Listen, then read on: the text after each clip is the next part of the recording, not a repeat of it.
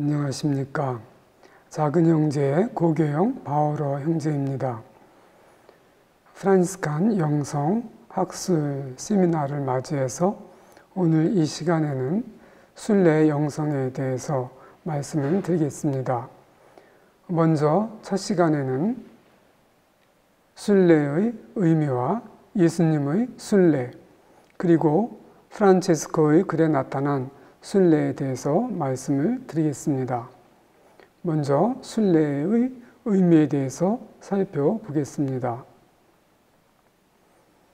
교황청 경신성사성에서 발행한 교령 중에 대중 신심과 전례에 관한 지도서가 있습니다.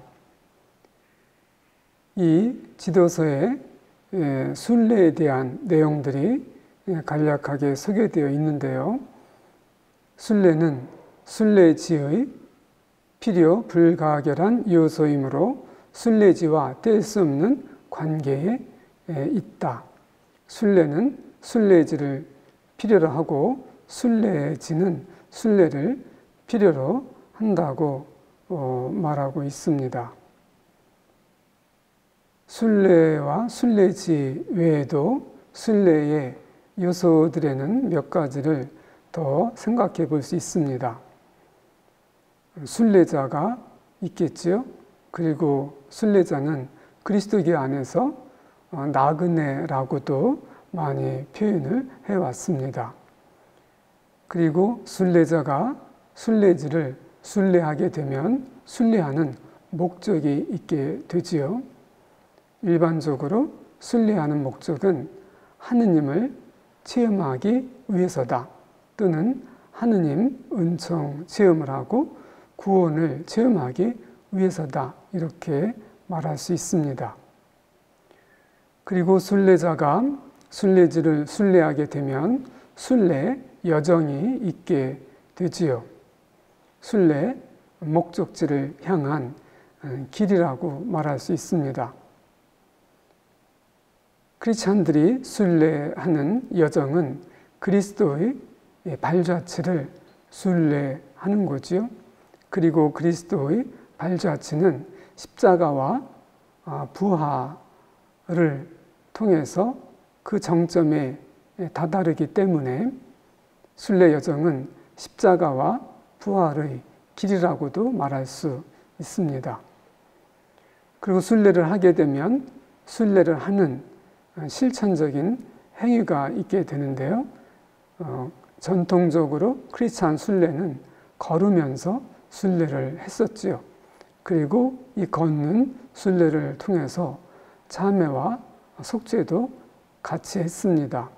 그렇게 참회와 속죄를 하면서 그리스도의 십자가의 신비를 묵상했기 때문에 순례 중에는 동량을 하든지 애긍을 하고 허름한 거처에서 숙박을 하고 그랬지요. 이렇게 순례와 관련된 요소들을 보면 순례, 순례지, 순례자, 나그네, 순례의 목적, 순례 여정, 순례 행위, 동량, 애긍, 숙박 이런 것들을 생각해 볼 수 있습니다. 이런 관점에서 보면 우리가 살아가는 인생 전체는 순례의 여정이라고 말할 수 있고요. 많은 사람들이 나그네 인생에 대해서 이야기하고 노래해 왔습니다. 우리에게 잘 알려져 있는 최준 가수의 하숙생이라는 노래도 우리 인생이 순례라는 것을 은유적으로 암시해 주고 있습니다. 하숙생 가사는 이렇습니다. 인생은 나그네 길, 어디서 왔다가 어디로 가는가. 구름이 흘러가듯 떠돌다 가는 길에 정일랑 두지 말자, 미련일랑 두지 말자. 인생은 나그네 길, 구름이 흘러가듯 정처 없이 흘러서 간다. 이런 내용인데요. 우리나라 사람들로부터 많은 사랑을 받았던 노래지요.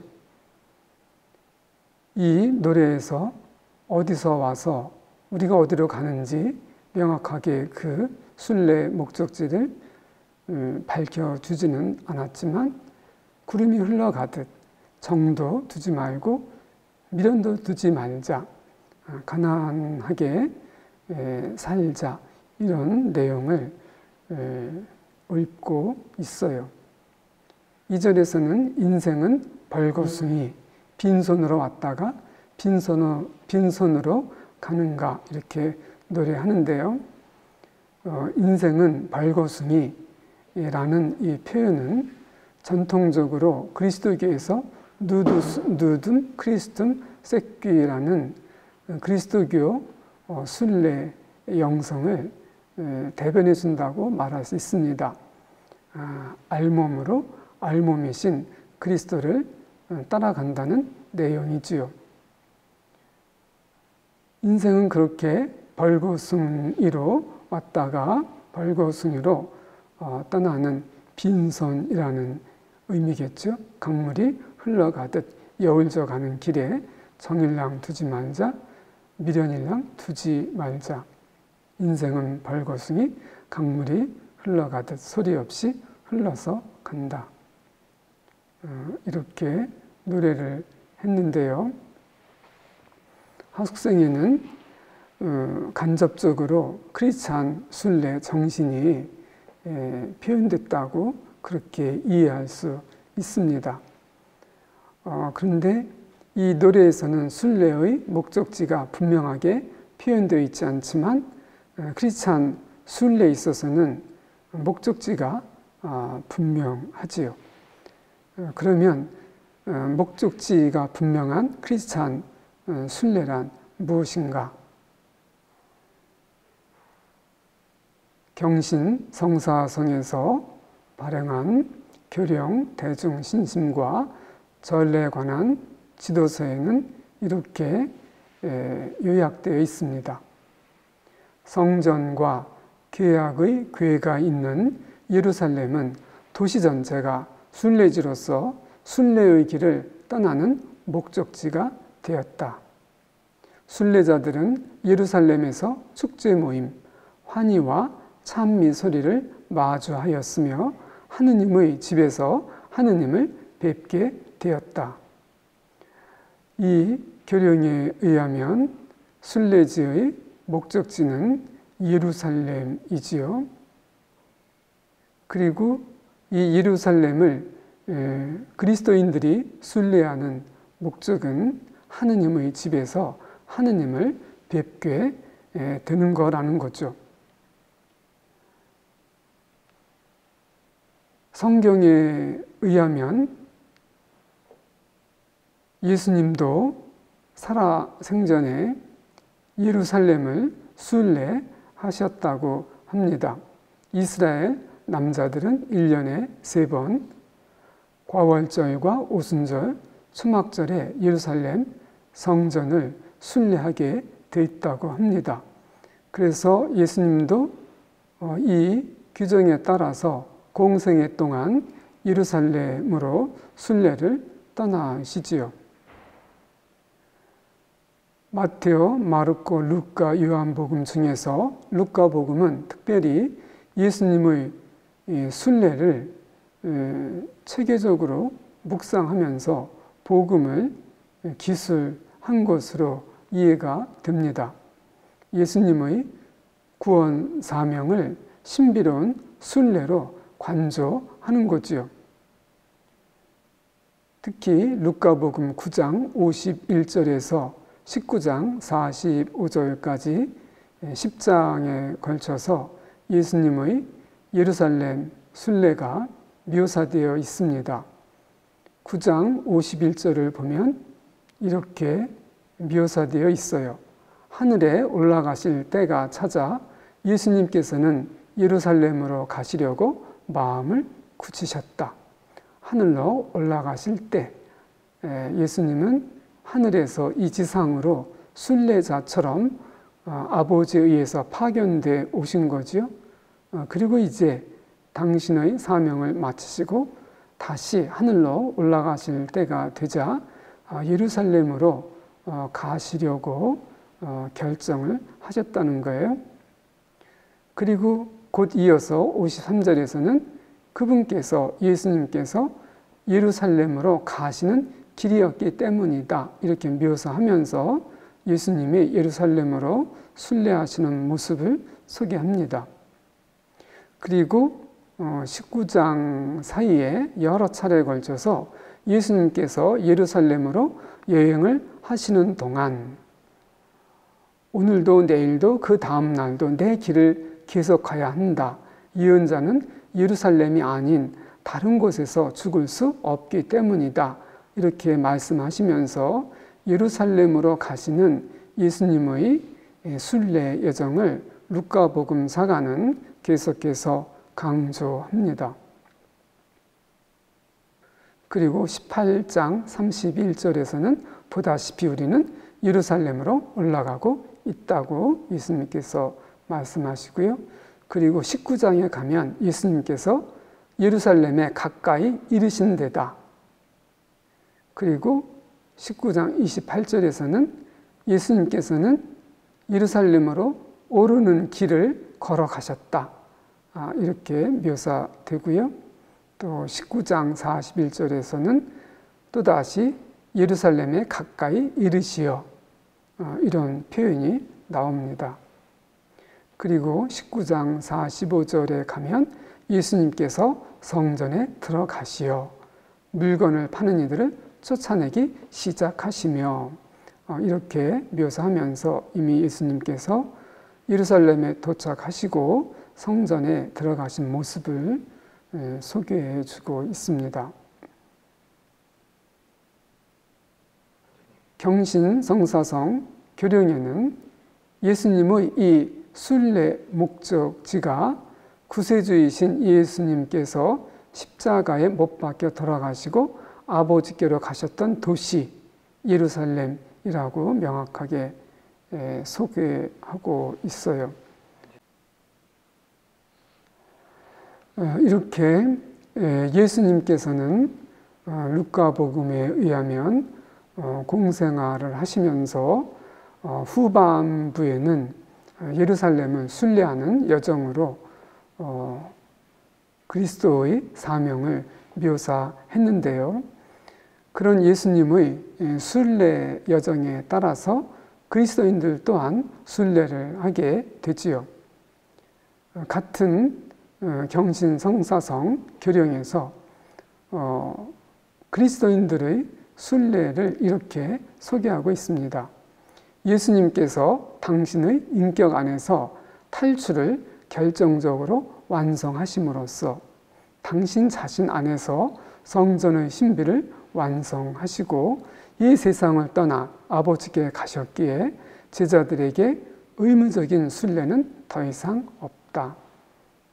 이렇게 설명을 했는데요. 제자들에게 더 이상 의무적인 순례가 없다는 이 표현에 대해서 더 구체적으로 설명해 놓았지 않았습니다. 제가 이해하기로는 구약의 이스라엘인들이 1년에 3차례 예루살렘을 순례하는 의무가 있었는데요.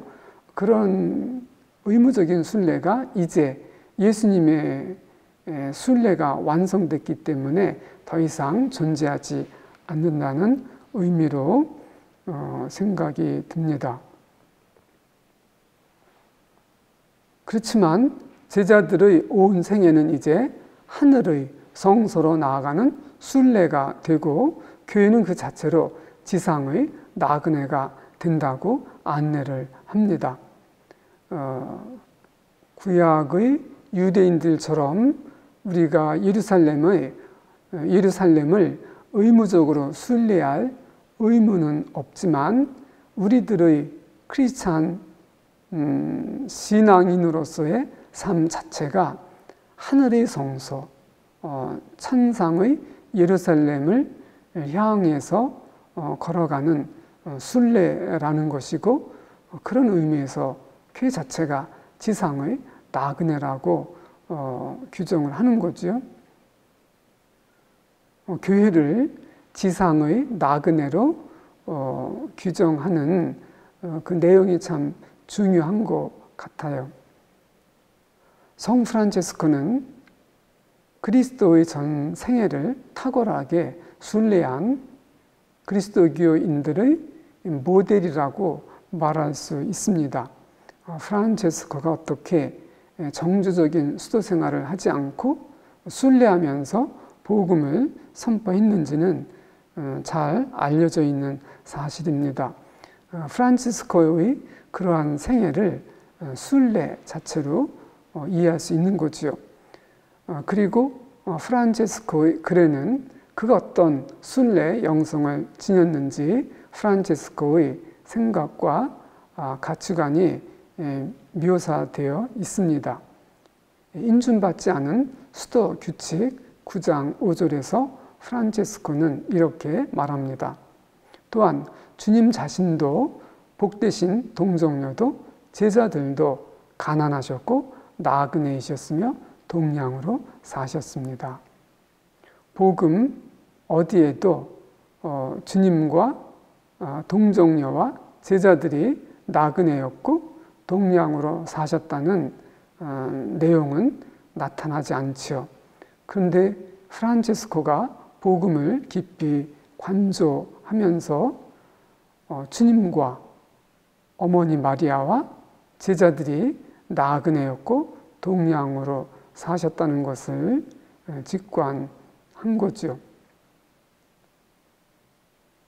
프란체스코는 그리스도의 생애를 관상하면서 자신의 삶으로 지상의 나그네에 있던 그리스도를 재현시킨 신비가라고 말할 수 있습니다. 그리고 인준받지 않은 수도규칙 제9장 같은 장에서 프란체스코는 이렇게 얘기합니다. 사람들이 형제들에게 모욕을 줄 때나 동량을 거절할 때 그 받은 모욕 때문에 우리 주 예수 그리스도의 심판대 앞에서 큰 영예를 받게 될 것이니 그 일에 대해 하느님께 감사를 드릴 것입니다. 이 구절에는 동량과 모욕과 영광의 밀접한 관계가 묘사되어 있는데요. 교황님께서도 지금 프란체스코 교황님께서도 기뻐하고 즐거워하여라 하는 문헌에서 이 굴욕 영성에 대해서 말씀을 하십니다. 예수님께서 굴욕을 당하셨는데 심리적으로 피학적인 그런 굴욕을 겪으신 게 아니라는 거죠. 이 예수님이 동량을 하시면서 어떤 모욕을 느끼셨을 텐데요. 그런 모욕 안에 그리스도의 신비, 케노시스의 신비가 숨겨져 있는 거지요. 프란체스코는 지상의 나그네로 살아가면서 그리스도의 생애 안에 숨겨져 있었던 동량의 신비, 케노시스의 신비를 관조하면서 유의했던 것으로 보입니다. 그리고 프란체스코가 생애 후반에 매일 바치셨던 주님의 순환 성무일도 마지막 장을 보면 이런 구절이 나옵니다. 주 하느님께 환호하여라. 세상이 있기 전부터 우리 임금이신 즉이 거룩하신 천상 아버지께서 높은 곳에서 사랑하시는 당신 아드님을 보내시어 복되신 동정 성모 마리아에게서 나게 하셨기 때문이로다. 프란체스코가 구약의 시편들을 자기가 원하는 대로 다시 편집하면서 시편에 없는 이러한 내용들을 삽입을 했어요. 그러면서 성탄 시기에 이 시편을 묵상했는데요. 프란체스코는 그리스도가 여행 중에 태어났다고 관조합니다. 즉히 거룩하고 사랑스러운 아이가 우리에게 주어졌기 때문이로소이다. 여관에는 그들이 머무를 곳이 없었기에 여행 중에 우리를 위하여 태어나 구유에 눕혀졌나이다. 예수님은 여행 중에 나그네로 이 세상에 태어나셨고 또 나그네로 이 세상을 사시면서 하느님 아버지께서 맡겨주신 사명을 완성했다는 거죠. 프란치스코는 이렇게 그리스도를 지상의 나그네와 동량을 하면서 살아간 순례자로 묵상을 했습니다. 그리고 인준받은 수도규칙 6장에서 프란치스코는 작은 형제들에게 순례자와 나그네처럼 살아가라고 권고합니다. 형제들은 집이나 거처 그 어떤 것도 자기 소유로 하지 말 것입니다. 그리고 세상에서 순례자와 나그네처럼 가난과 겸손 안에서 주님을 섬기면서 신뢰심을 가지고 동량하러 다닐 것입니다. 이렇게 권고를 하는데요. 프란치스코에 의하면 작은 형제들은 지상의 나그네요 순례자이셨던 그리스도의 발자취를 따라가는 순례자요 나그네다, 이렇게 이해를 한 거죠. 그리고 프란치스코는 권고 1에서 요한복음 9절을 다음과 같이 인용을 합니다. 주 예수님께서 당신 제자들에게 말씀하셨습니다. 나는 길이요 진리요 생명이다. 나를 통하지 않고서는 아무도 아버지께 갈 수 없다. 대단히 유명한 구절이죠. 나는 길이다 라고 예수님께서 말씀하실 때 그 길은 걸어가야 될 여정이 있는 길을 암시하는 거잖아요. 그래서 이 요한복음 14장의 이 말씀은 그리스도께서 진리로 나아가시는 길이고 생명으로 나아가는 길이고 성부께로 나아가는 길이라고 이해할 수 있는데요. 그러한 그리스도는 모든 그리스도인들이 걸어가야 될 순례 여정이 되는 거죠. 경신성사성 교령 262항은 이와 관련해서 다음과 같이 말하고 있습니다. 부활하신 그리스도는 최고의 결정적인 성소이다. 요한복음 2장 19절 21절을 보면 그분께서 성전이라고 하신 것은 당신 몸을 두고 하신 말씀이었다는 구절이 나와요. 이 성전을 허물어라. 내가 사흘 안에 다시 짓겠다. 는 말씀 뒤에 나오는 거죠. 그리고 묵시록에는 전능하신 주 하느님과 어린 양이 도성의 성전이기 때문입니다. 라는 구절이 나오는데요.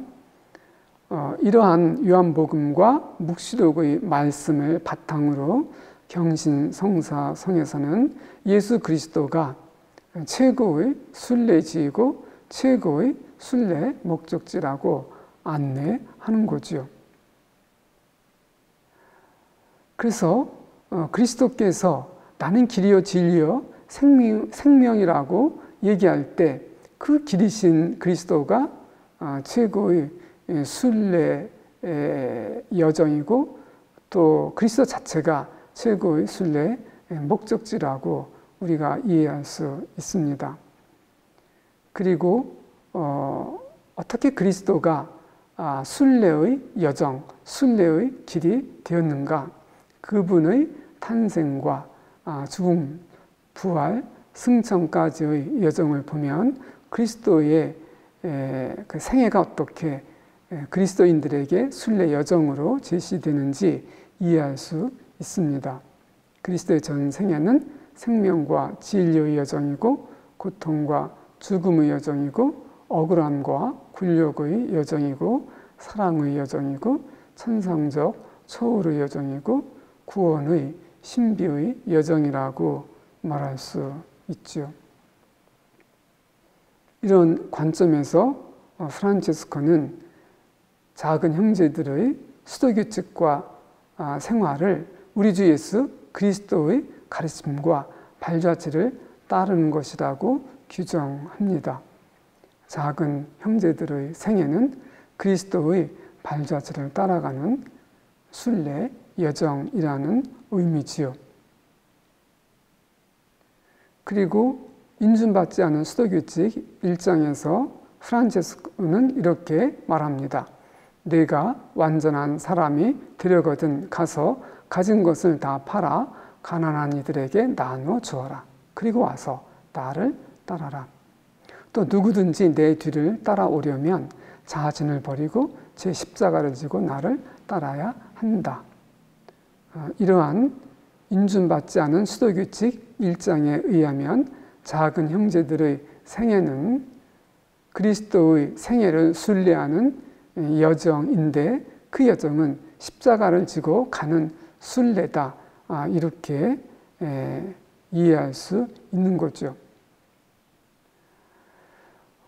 지금까지 순례 영성을 살펴보면서 순례가 어떤 것인지, 그 다음에 예수님이 특히 루카복음에서 어떻게 예루살렘을 순례하시면서 당신의 사명을 수행하셨는지, 그리고 프란체스코가 그리스도의 순례 여정을 어떻게 이해하고 또 그의 글에 남겨놓았는지 간단하게 살펴봤는데요. 이러한 순례는 그리스도의 역사 안에서 세 가지 관점에서 조명해 볼 수 있을 것 같습니다. 먼저 오늘날 우리가 이스라엘 성지 순례를 하는데요.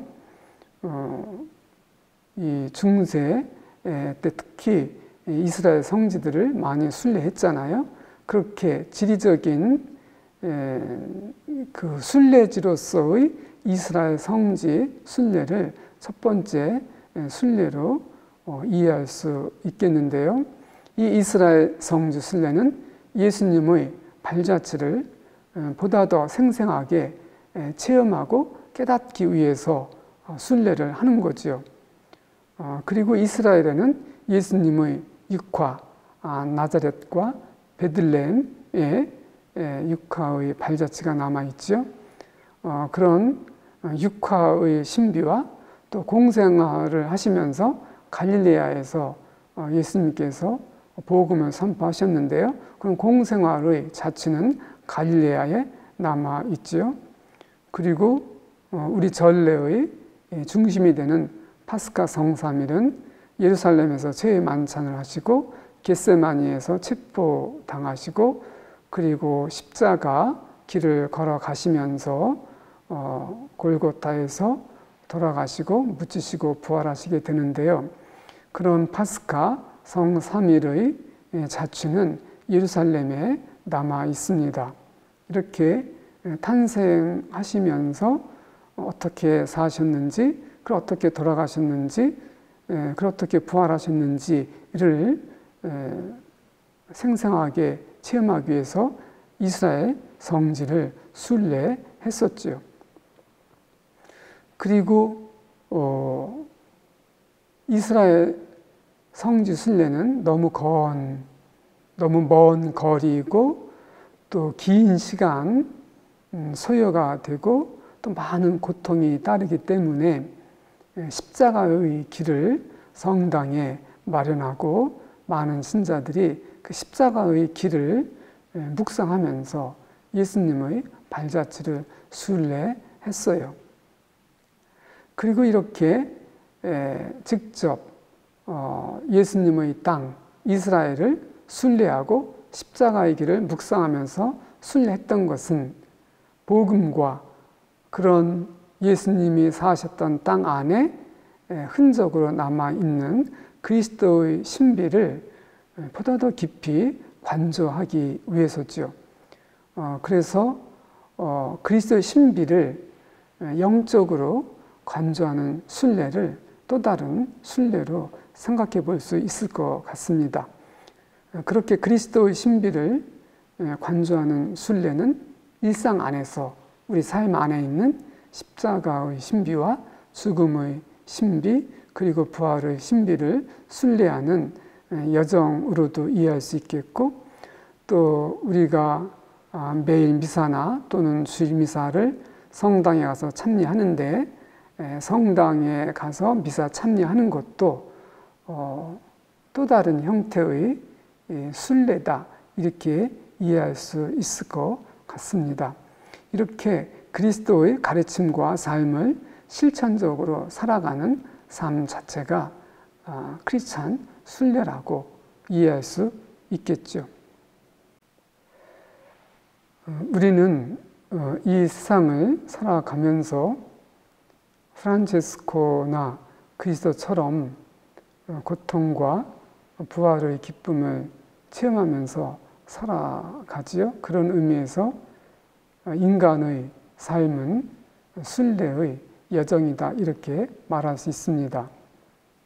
이 순례 여정은 세례를 받았든 받지 않았든 모든 인간들에게 적어도 익명적으로 해당된다고 이해할 수 있습니다. 어떻게 인간이 근원적으로 순례 여정을 걸어가는지 에피소드 하나를 소개해 드리겠습니다. 제목은 눈물의 달리기이고 좋은 생각에 실렸던 글입니다. 초등학교 5학년 운동회에서 있었던 일이다. 당시 나는 달리기를 잘했다. 운동회가 열리면 보통 8명이 순위를 겨루는데 아이들이 나와 뛰는 걸 꺼려할 정도였다. 1위는 이미 정해진 거나 다름없었기 때문이다. 마침내 고대하던 달리기 순서가 되었다. 운동회 달리기에는 상품이 걸려져 있지요. 그 상품을 놓고 아이들이 어떻게 심리적으로 경쟁을 하면서 갈등을 겪는지 이 에피소드는 잘 보여주고 있습니다. 줄 서서 기다리는데 갑자기 선생님이 나를 불렀다. 주영아, 이번 달리기는 제인이랑 같이 뛰어줄래? 그 녀석이 원래 달리기를 안 하는데 내가 한번 뛰어보라고 했다. 너는 잘 달리니까 제인이랑 함께 뛰어주면 큰 힘이 될 거야. 청천벽력이었다. 그렇게 고대하던 순간이었는데 말이다. 이 어린이는 달리기를 잘했기 때문에 달리기를 하면 1등은 맡아놓은 거나 마찬가지였죠. 그래서 다른 아이들이 이 어린이와 뛰는 걸 피할 정도였어요. 그렇게 달리기를 고대했었는데 선생님의 이 부탁으로 그 꿈이 산산조각이 난 거죠. 그래서 청천벽력이라고 묘사를 합니다. 1학년 때부터 줄곧 같은 반이던 그 친구는 몸이 약해 조금만 걸어도 숨을 헐떡였다. 나는 5년 동안 그 친구가 달리는 것을 한 번도 본 적이 없었다. 총소리가 울리자 함께 서 있던 친구들은 냅다 뛰어나갔다. 나는 잠시 선생님의 부탁을 어기고 힘껏 달려나갈까 생각했지만 약속대로 그 친구와 나란히 발맞춰 뛰었다. 제가 우리의 관심을 좀 집중하고 싶은 부분은 바로 지금 이 부분이에요. 나는 잠시 선생님의 부탁을 어기고 힘껏 달려나갈까 생각했지만 약속대로 그 친구와 나란히 발맞춰 뛰었다는 부분이지요. 주영이는 달리기에서 1등을 하고 그리고 1등으로 당당하게 상품을 받고 싶은 그 욕심 때문에 순간적으로 총소리가 울리는 순간 약속을 지키지 않을까 갈등을 했던 거지요. 그렇지만 그렇게 하면 안 될 것 같은 그런 느낌이 들었기 때문에 선생님 약속을 지키고 그 제인이와 함께 나란히 발맞춰 뜁니다. 한번 생각을 해 보시지요. 총소리가 울리는 그 짧은 순간에 선생님 약속을 지킬까? 또는 약속을 어기고 내가 1등을 할까? 갈등을 하는데요. 그 1등 하고 싶은 욕망, 또 1등으로 상품을 받고 싶은 욕망과 선생님 약속을 지켜야 되겠다는 양심의 갈등이 이 안에서 일어나는 거죠. 물론 주영이는 주제적으로 의식적으로 그런 갈등을 한 것은 아니에요. 거의 본능과 마찬가지로 그런 갈등을 했겠죠. 그런 갈등은 주영이만의 문제가 아니고 모든 우리 인간이 안고 있는 과제 아닐까 싶어요. 그래서 그렇게 약속대로 친구와 나란히 발맞춰 뛰려니까 답답했던 거죠. 아니, 아예 걷다시피 했다고 해도 과언이 아니었다. 몇 초 지나지 않은 것 같은데 그 시간이 너무 길게 느껴졌다. 하고 싶지 않은 일을 하면 시간이 상대적으로 길게 팽창이 되는 거죠. 결국 서너 번은 왕복했음직한 시간이 걸려 골인 지점에 들어왔다. 그 친구는 골인하자마자 땅에 엎어져 가쁜 숨을 몰아쉬었다. 주위의 모든 사람이 잘했다며 그 친구를 격려했다. 나는 슬쩍 자리를 빠져나와 화장실 담벼락에 등을 기대고 털썩 주저앉았다. 눈물이 주르륵 흘러내렸다. 어린 마음에 그토록 기다렸던 달리기 우승을 놓친 것이 몹시 서운했던 것이다. 주영이에게는 달리기 하면서 1등하고 상품 받는 게 단순하게 양보할 수 있는 그런 것이 아니었던 거죠. 그것은 1등을 하면서 자기가 바라는 바, 자기 자아를 성취하고 그런 자아 성취를 통해서 행복과 기쁨을 실현시키는 건데요. 초등학교 5학년 어린이이지만 어린이에 맞는 기쁨과 행복이 빼앗겨졌을 때 그것이 비극처럼 다가온 거죠. 일반적으로 우리가 생각할 때 그게 눈물이 주르륵 흘러내릴 정도로 슬픈 일인가 그렇게 생각될 수 있지만 적어도 주영이에게는 꿈처럼 기다렸던 달리기였기 때문에 그 꿈이 이루어지지 않았을 때 주영이에게는 그 좌절이 비극으로 다가왔던 거죠. 여기에서 주영이는 달리기 우승을 놓친 것이 몹시 서운했던 것이라고 표현을 했습니다. 이 서운함은 간단한 문제라고 생각이 들지 않습니다. 공자가 논어 맨 처음 학기장에서 세 가지 기쁨을 노래하면서 이 서운함에 대해서 얘기를 합니다. 인부지불언, 불력, 군자호화.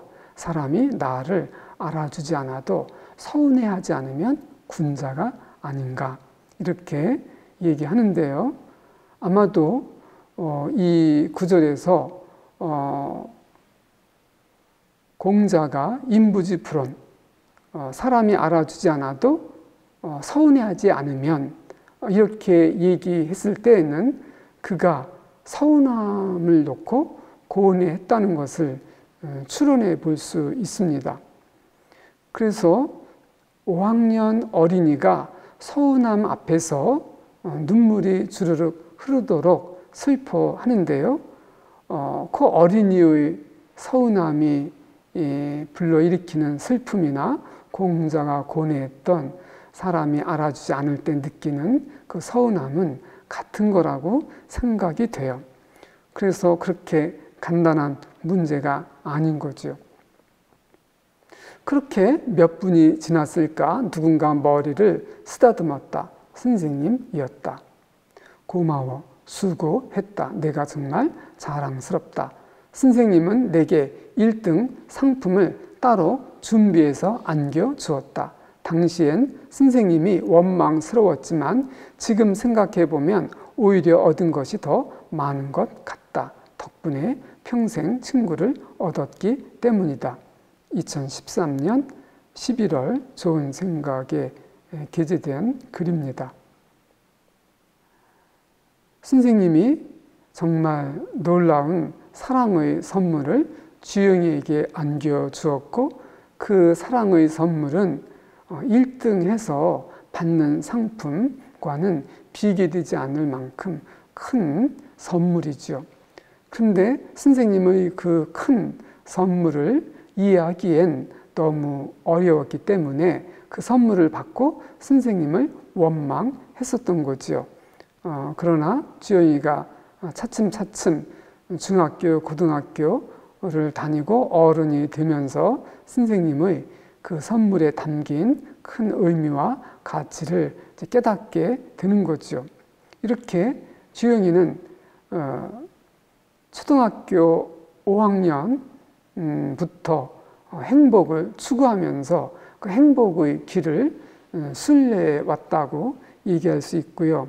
이런 주영이가 추구했던 행복의 길을 걸어가는 그 순례는 우리 모두에게 해당이 된다고 말할 수 있습니다. 그리고 주영이가 겪은 이 눈물의 고통과 슬픔과 그리고 선생님이 주었던 그 사랑의 선물은 앞으로도 살아가면서 계속 이 옷감처럼 짜진다고 말할 수 있겠죠. 이렇게 우리는 인생 자체를 고통과 기쁨이 뒤섞여 짜지는 순례 여정을 걸어가는 나그네라고 말할 수 있을 것 같습니다. 첫 시간은 이렇게 마치겠습니다. 잠시 후에 두 번째 강의 시작하겠습니다.